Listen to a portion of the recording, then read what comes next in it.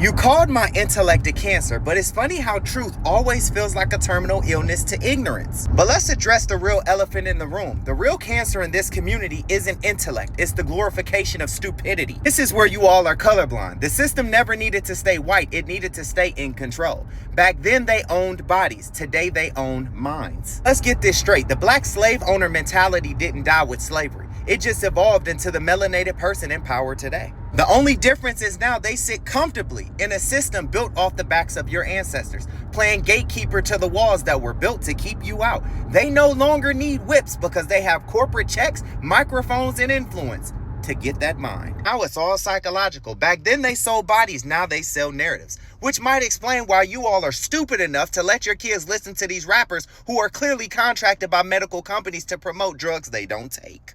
Oh, and let's talk about the people who see childbirth as a currency, not creation, producing dependence just to stay dependent on a system that they're leveraging for economic strategy. Should we bring up dependence breeds more dependence? Because the more you rely on the hand that feeds you, the less you realize who owns you.